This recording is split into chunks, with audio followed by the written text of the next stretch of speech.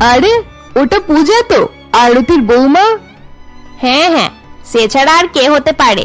সত্যি মেয়েটা অনেক নির্লজ্জ, বিধবা হওয়ার পরেও রাস্তাঘাটে ঘুরে বেড়াচ্ছে। সবচেয়ে বেশি নির্লজ্জ তার শাশুড়ি। সে এখনো পর্যন্ত বৌমাকে নিজের বাড়িতে রেখে দিয়েছে। এই বৌমা বাড়িতে আসার সঙ্গে সঙ্গে কয়েকদিনের মধ্যেই তার ছেলে মারা গেল। এরকম মেয়েকে বাড়ি থেকে বার করে দেওয়া দরকার ছিল। শুধু বাড়িতে রেখেছে, জানি না বউ শাশুড়ি কি এমন কাজ করে যার জন্য তারা এত টাকা রোজগার করছে। সেটাই তো আমিও ভাবছি। নিশ্চয়ই তারা দুজন মিলে কোনো উল্টোপাল্টা কাজ করে, না হলে নিজেদেরকে মেনটেন করার জন্য এত টাকা কোথা থেকে জোগাড় করে। দুই মহিলা নিজেদের মধ্যে কথা বলছিল। অপরদিকে পূজা হাঁটতে হাঁটতে নিজের শ্বশুর বাড়ি চলে যায়। বাড়িতে গিয়ে পূজা তার শাশুড়ি মা আরতির সঙ্গে বসে কিছু কথা বলতে শুরু করে। তুমি টাকার চিন্তা করো না বৌমা, তুমি নিজের বিজনেস আরো বড় করো। আমি তোমাকে আরো উন্নতি করতে দেখতে চাই। না মা, আমার মধ্যে আর সাহস নেই। লোকেদের নানা রকমের কথা শোনার পর আমাকে নিজের বিজনেস চালাতে ভালো লাগছে না। লোকেদের নানা রকম কথা তোমাকে শুনতে হবে না বৌমা। তুমি যাই করো না কেন, মানুষ সবসময় কিছু না কিছু বলতেই থাকবে। তোমাকে তাদের কথা বেশি গুরুত্ব না দিয়ে নিজের কাজ করে যেতে হবে। তাদের কথা শুনে আমরা কি নিজের কাজ বন্ধ করে দেব? আমরা নিজের এত ভালো বিজনেস বন্ধ করতে যাব কেন? আমি কি করব মা, সবার কথা শুনে আমার একদমই ভালো লাগে না। ওটার জন্যই তো আমি তোমাকে অনেকদিন থেকে বোঝানোর চেষ্টা করছি যে তুমি নিজের সেই বন্ধু রবিকে বিয়ে করে নাও। ছেলেটা অনেক ভালো আর তোমাকে অনেক পছন্দও করে। মা, আমি অন্য কোনো ছেলেকে বিয়ে করতে চাই না। আমি যেমন আছি তেমনই থাকতে দিন আমাকে। আচ্ছা ঠিক আছে বৌমা, তোমার যেটা ইচ্ছা হয় তুমি সেটাই করো। পূজার এই বাড়িতে বিয়ে করে এসে মাত্র 2 দিন হয়েছিল। এরই মধ্যে তার স্বামী বিক্রমের এক অ্যাক্সিডেন্টে মৃত্যু হয়ে যায়। বিক্রম যখন গাড়ি চালাচ্ছিল এমন সময় তার গাড়ি উঁচু পাহাড় থেকে নিচে পড়ে গিয়েছিল। অ্যাক্সিডেন্টের পর বিক্রমের ডেড বডিটাও খুঁজে পাওয়া যায়নি। এরপর থেকে তাদের প্রতিবেশীরা পূজাকে নানা রকম অপবাদ দিতে শুরু করে। সকলেই তাকে অপয়া বলে গালাগাল করতে থাকে, কিন্তু সবার কথা শোনার পরেও তার শাশুড়ি তাকে কিছুই বলে না। আরতি সম্মানের সঙ্গে পূজাকে নিজের বাড়িতেই রেখে দেয়। পূজাও নিজের মায়ের বাড়ি ফিরে যেতে রাজি হয় না এবং তার শ্বশুর বাড়িতে থেকেই স্বামীর কাপড়ের ব্যবসা সামলাতে থাকে। একদিন আরতি যখন হলরুমে বসেছিল এমন সময় তার দরজার বেল বেজে ওঠে। এরপর আরতি গিয়ে দরজা খোলে। আরে রবি, তুমি এসেছো? এসো এসো, বাড়ির ভেতরে এসো। আন্টি, পূজা কোথায়? পূজা কিছু সময় আগেই ফ্যাক্টরি থেকে এসেছে, এখন নিজের ঘরে বসে রেস্ট করছে। তুমি যাও না, গিয়ে তার সঙ্গে দেখা করে নাও। ঠিক আছে আন্টি, আমি তার রুমে যাচ্ছি। এরপর রবি পূজার রুমে চলে যায়। পূজা যখন টেবিলে বসে ল্যাপটপে কিছু কাজ করছিল হঠাৎ রবিকে রুমের ভেতরে আসতে দেখে পূজা বলে, রবি, আমি তোমাকে কতবার বলেছি এভাবে আমার শ্বশুর বাড়িতে আমার সঙ্গে দেখা করতে আসবে না। এমনিতেই লোকেরা আমাদের ব্যাপারে নানা রকম উল্টোপাল্টা কথা বলে। সবাই তোমাকে প্রত্যেকদিন আমাদের বাড়িতে আসা যাওয়া করতে দেখে নিলে আমার জন্য আরো বেশি সমস্যা হয়ে যাবে। পূজা, তুমি ভালো করে জানো আমি তোমাকে কত ভালোবাসি। তোমার বিয়ের আগে থেকেই যখন আমরা কলেজে ছিলাম তখন থেকে আমি তোমাকে ভালোবাসি। যদি তুমি বিক্রমের সঙ্গে বিয়ে না করে আমার সঙ্গে বিয়ে করে নিতে তাহলে হয়তো তোমাকে এসব দিন দেখতে হতো না। তোমার ফালতু কথা বন্ধ করো রবি, এবার কোন কাজে এখানে এসেছো সেটা বলো। আসলে পূজা, আমার কাছে কোনো ভালো চাকরি নেই, তাই তোমার বাবা আমার সঙ্গে তোমার বিয়ে দিতে রাজি হয়নি। কিন্তু এখন আমি রেলের চাকরি পেয়ে গেছি, তাও আবার একটা ভালো পোস্টে। এবার অন্তত তুমি বিয়ের জন্য রাজি হয়ে যাও। না রবি, আমি এখনো তোমাকে বিয়ে করব না। তুমি যদি আইপিএস অফিসারও হয়ে যাও তারপরেও আমি তোমাকে বিয়ে করব না। আমি দ্বিতীয় বিয়ে করতেই চাই না। আমি বিক্রমকে কোনোদিনও ভুলতে পারবো না। পূজা রবিকে এই সমস্ত কথা বলতে থাকে। অপরদিকে অন্য এক শহরের একটি বাড়িতে বিক্রম হলরুমে দাঁড়িয়ে কাউকে ডাকাডাকি করছিল। আরে মিনা, তাড়াতাড়ি করো, আমাদের দেরি হয়ে যাচ্ছে। এখন আমি মেকআপ করছি, আমাকে আর 5 মিনিট দাও, আমি যাচ্ছি। আমার মেকআপ হয়েই এসেছে। মিনা যখন এই কথা বলছিল এমন সময় 5 বছরের ছেলে পিন্টু বিক্রমের কাছে আসে। বাবা, আমি তো তৈরি আছি, তুমি আমাকে নিয়ে ঘুরতে চলো। আমরা যতক্ষণ ঘুরে আসবো ততক্ষণে মায়ের মেকআপ করা হয়ে যাবে। আচ্ছা, তাহলে নিজের বাবাকে আমার ব্যাপারে নালিশ করা হচ্ছে? আমার মেকআপ হয়েই গেছে। তোমার মেকআপ হয়ে গেছে? এবার তাড়াতাড়ি চলো, আমাদের অনেক দেরি হয়ে গেছে। এরপর বিক্রম পূজা এবং তাদের ছেলে পিন্টুকে নিয়ে গাড়ি করে কোথাও যেতে শুরু করে। যেতে যেতে বিক্রম বলে, মিনা, এত বড় বিজনেসম্যানের বাড়ির পার্টিতে যাচ্ছি, তারা আমাদেরকে ইগনোর করবে না তো? না বিক্রম, এরকম কিছুই হবে না। যখন তাদের ঠাকুরমা অসুস্থ ছিল তখন আমি তার অনেক ভালোভাবে খেয়াল রেখেছিলাম। তারপর তাদের পরিবারের সকলে আমাকে নিজের ফ্যামিলি মেম্বারই মনে করে। তোমার সঙ্গে না হয় তারা খুব ভালো ব্যবহার করবে, কিন্তু আমার সঙ্গে কেমন ব্যবহার করবে এটা বুঝতে পারছি না। আরে বিক্রম, তুমি শুধু শুধুই টেনশন করছো। এখন তুমি অ্যাক্সিডেন্টের পর 1 বছর পর্যন্ত হসপিটালে কোমাতে ছিলে। তখন তাদের পরিবার আমাকে অনেক হেল্প করেছিল। তুমি সেসব ব্যাপারে জানো না। না হলে তোমার চিকিৎসার জন্য এত টাকা আমি কিভাবে জোগাড় করতাম? আচ্ছা সে যাই হোক, তোমাকে এইসব কথা বলার মানে এটাই যে সেদিন থেকেই তাদেরকে আমি নিজের পরিবারের মতো মনে করি। তারা তোমার কত সাহায্য করেছে আমি সেগুলো জানি না, কিন্তু আমি এতটা জানি যে তুমি না থাকলে অ্যাক্সিডেন্টের পর আমি আর বাঁচতাম না। তাছাড়া আমি নিজের পুরানো লাইফের ব্যাপারে কিছু জানি না। আমি কে এবং আমার পরিবার কোথায় কিছুই জানি না। তুমি এই সমস্ত চিন্তা বন্ধ করে দাও বিক্রম। তুমি পুরানো কথা যত বেশি মনে করবে তত দুঃখ পাবে। আমি শুধু এটাই জানি যে তোমার সেই অ্যাক্সিডেন্ট হওয়ার পর আমরা চিরদিনের মতো এক হয়ে গেলাম। এখন আমি তোমার সঙ্গে আর আমাদের ছেলের সঙ্গে অনেক হ্যাপি আছি। বিক্রম মিনার সঙ্গে গল্প করতে করতে গাড়ি চালিয়ে যেতে থাকে। অপরদিকে পূজাদের বাড়িতে, না মা, আমি হাসি খুশি হয়ে থাকতে পারবো না। আমি জানি বিক্রমের সঙ্গে মাত্র 2 দিন ছিলাম, কিন্তু সেই 2 দিন আমার জন্য অনেক স্পেশাল ছিল। মাত্র 2 দিনেই বিক্রম আমাকে অনেক বেশি সম্মান আর ভালোবাসা দিয়েছিল। সেই দিনগুলো আমি ভুলতে পারবো না মা। আমি নিজের ছেলেকে হারিয়ে সবকিছু হারিয়ে ফেলেছি বৌমা। আমি জানি জীবনে একা থাকা অনেক কষ্টকর, কিন্তু তোমার বয়স অনেক কম। এই বয়সে আমি তোমাকে এত কষ্ট সহ্য করতে দেব না। মা, আমি আপনাকে এই অবস্থায় একা ফেলে কোথাও যাব না। আপনি আমাকে দ্বিতীয় বিয়ে করার জন্য জোর করবেন না। আমি জানি পূজা, তোমাকে বোঝানো অসম্ভব ব্যাপার। আচ্ছা পূজা, তুমি তো জানো প্রদীপ বাবুর বাড়িতে পার্টি আছে। তাদের কোম্পানির সঙ্গে কয়েক বছর থেকে আমাদের বিজনেস চলছে, তাই তুমি সেই পার্টিতে চলে যাও। এমনিতে আমার পার্টিতে যেতে ভালো লাগে না মা, তবে এটা বিজনেসের ব্যাপার, তাই সেখানে যাওয়া দরকার। ঠিক আছে মা, আমি চলে যাব। অপরদিকে বিক্রম মিনা এবং ছোট ছেলে পিন্টুর সঙ্গে পার্টিতে পৌঁছায়। পূজার স্বামী বিক্রমের অ্যাক্সিডেন্টের পর স্মৃতিশক্তি চলে গিয়েছিল। তারপর থেকে সে মিনা নামের এক নার্সের সঙ্গে বিয়ে করে ভালোভাবে নতুন জীবন কাটাচ্ছিল। বিক্রম এবং মিনা পার্টি এনজয় করছিল। অপরদিকে প্রদীপ বাবুর সেই পার্টিতে পূজাও আসছিল তাদের বিজনেসের সম্পর্ক ভালো করার জন্য। পূজা গাড়ি চালিয়ে আস্তে আস্তে নানা রকম কথা ভাবতে থাকে। আমাদের বিয়ের দিনেই বিক্রম আমাকে বলেছিল যে বিক্রম চাই আমি তার সঙ্গে বিজনেস করি। সে আমাকে সাধারণ হাউসওয়াইফ হিসেবে দেখতে চাইতো না। তার চলে যাওয়ার পর থেকে আমি তার বিজনেস সামলাতে শুরু করি। সে যদি আজ বেঁচে থাকতো তাহলে আমাকে দেখে অনেক খুশি হতো। আমরা দুজনে একসঙ্গে প্রদীপ বাবুর পার্টিতে আসতাম। পূজা এসব কথা ভাবতে থাকে। অপরদিকে প্রদীপ বাবুর পার্টিতে, মিনা, আমাকে একা ছেড়ে অন্য কারোর সঙ্গে কথা বলতে চলে যেও না। এখানে আমি কাউকে চিনি না। আরে না না, আমি তোমার সঙ্গে থাকবো, কোথাও যাব না। আরে পিন্টু, পিন্টু কোথায় যাচ্ছ? দেখো না বিক্রম, পিন্টু কোথায় পালিয়ে গেল। জানি না এবার পার্টিতে কত গন্ডগোল করবে। এরপর মিনা এবং বিক্রম পার্টিতে অনেক লোকের সঙ্গে দেখা করে। সবাই তাদের সঙ্গে খুব ভালো বিহেভ করে। ধীরে ধীরে বিক্রমেরও পার্টিতে খুব ভালো লাগতে শুরু করে। কিছু সময় পর বিক্রমের প্রথম স্ত্রী পূজাও পার্টিতে পৌঁছায়। মিনা এবং বিক্রমের ছেলে পিন্টু যখন প্রদীপ বাবুর বাড়ির বাগানে বমি করছিল, এমন সময় পূজা তার কাছে পৌঁছায়। Walk walk walk. আরে তোমার কি হয়েছে? তোমার বাবা মা কোথায়? বাবা বাড়ির ভিতরে আছে। আমি অনেক বেশি ক্যান্ডি খেয়ে নিয়েছি, তারপর থেকে আমার বমি হচ্ছে। ঠিক আছে, আমি তোমার মা বাবাকে ডেকে দিচ্ছি। না না, আমার বাবাকে ডাকতে হবে না। বাবা এখানে এলে আমাকে অনেক রাগারাগি করবে। আচ্ছা ঠিক আছে, আমি তোমার জন্য জল নিয়ে আসছি। একটু জল খেয়ে নিলে তোমার ভালো লাগবে। পূজা এই বলে একটু জল এনে পিন্টুকে দেয়। কিছুটা জল খাওয়ার পর পিন্টু সুস্থ হয়ে যায়। পূজা এবং পিন্টু যখন দাঁড়িয়েছিল, এমন সময় পিন্টুর মা মিনাও সেখানে আসে। পিন্টু, পিন্টু তোমার কি হয়েছে? মা, আমার অনেক বমি হচ্ছিল। আমি জানতাম তুমি এরকম কিছু একটাই করবে। আরে না না, এবার আপনার ছেলে ঠিক আছে। তাছাড়া আপনার ছেলেটা অনেক cute. Thank you very much, কিন্তু আমার ছেলেটা কিউট হওয়ার সঙ্গে সঙ্গে অনেক দুষ্টুও। আরে আমি আপনাকে এসব কথা বলছি কেন? বাই দ্য ওয়ে, আমার নাম মিনা।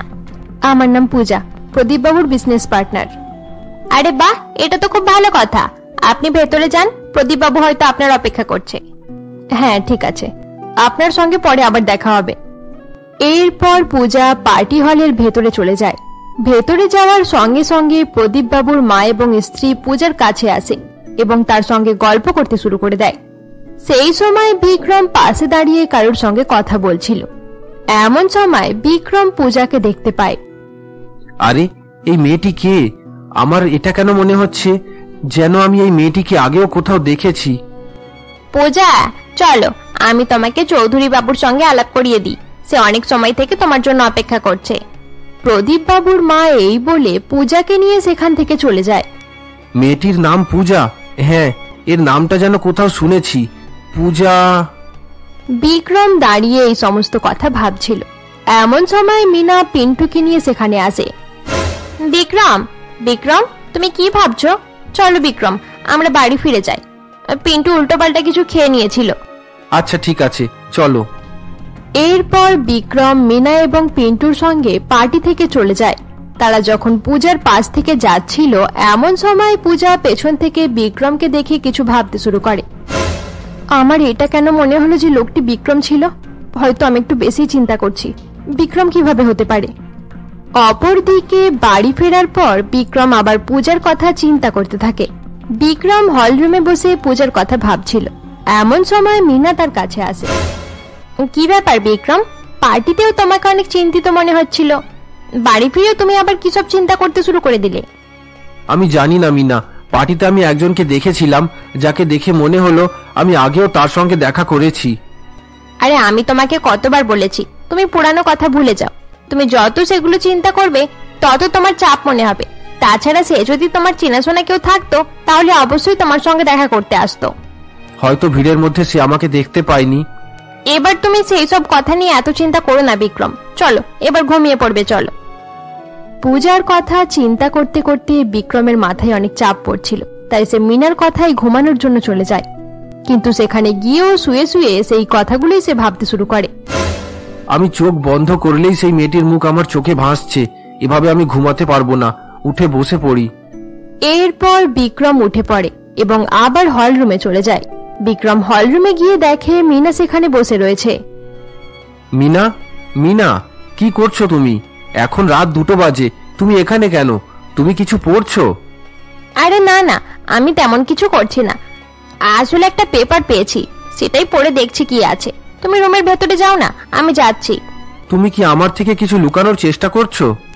আরে বিক্রম, তোমার কি মাথা খারাপ হয়ে গেছে? আমি কোনোদিন তোমার কাছে কিছু লুকিয়েছি? তুমি রুমে চলো, আমি যাচ্ছি। অপরদিকে পূজাদের বাড়িতে পূজা যখন নিজের রুমে বসেছিল, এমন সময় তার শাশুড়ি সেখানে আসে।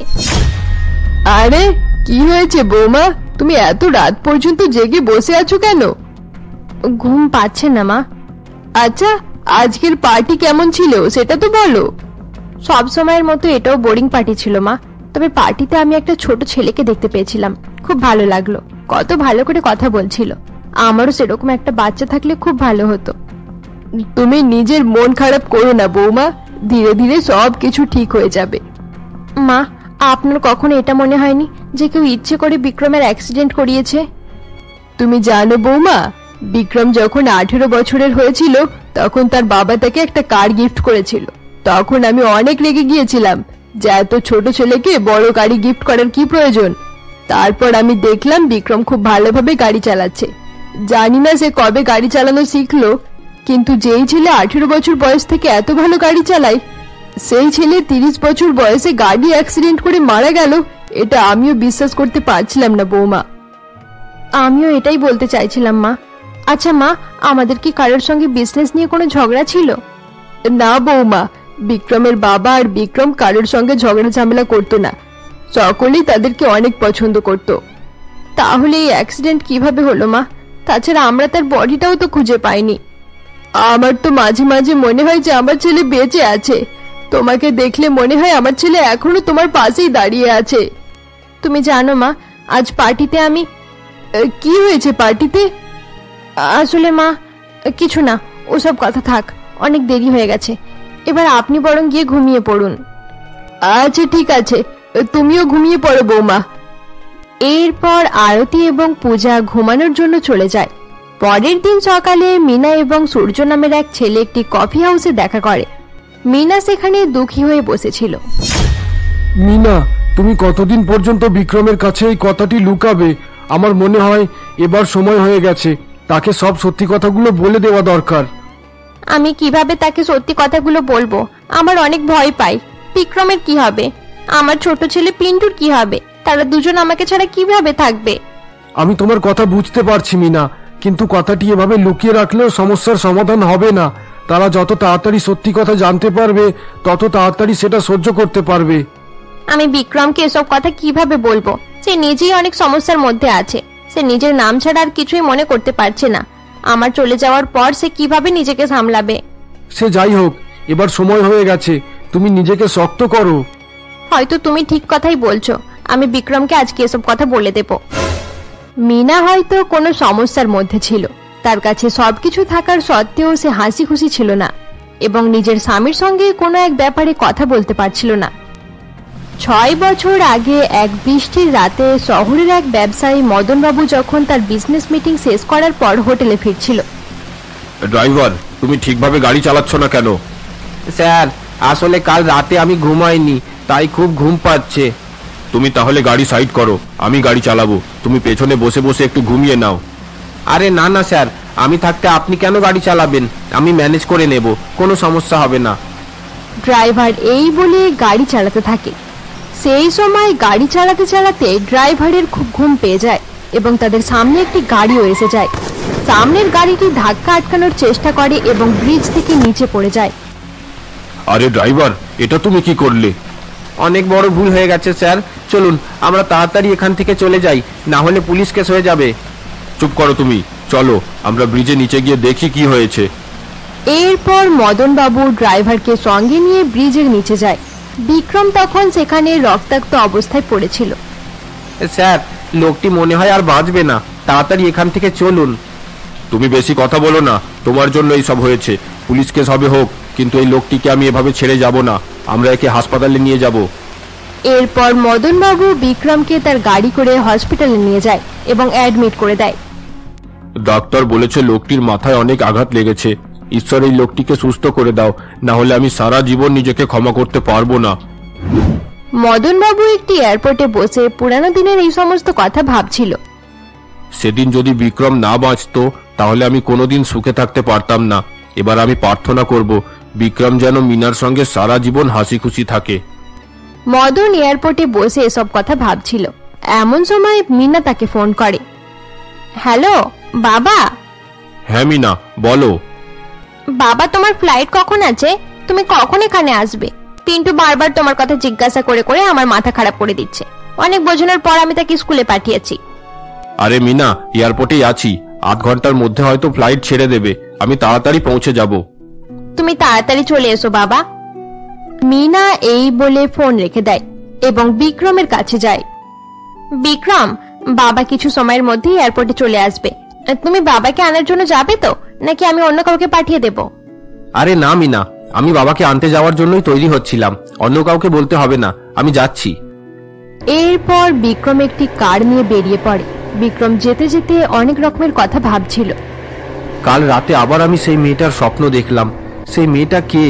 যদি মেয়েটার সঙ্গে আমার কোনো রকম সম্পর্ক থেকে থাকে এবং প্রদীপবাবুর সঙ্গে মেয়েটার ভালো সম্পর্ক থাকে, তাহলে প্রদীপবাবুর পার্টিতে কেউ আমাকে চিনতে পারলো না কেন? অপরদিকে পূজা নিজের কোম্পানিতে বসে বিক্রমের কথা ভাবছিল। প্রদীপবাবুর পার্টিতে আমি পেছন থেকে তাকে দেখেছিলাম।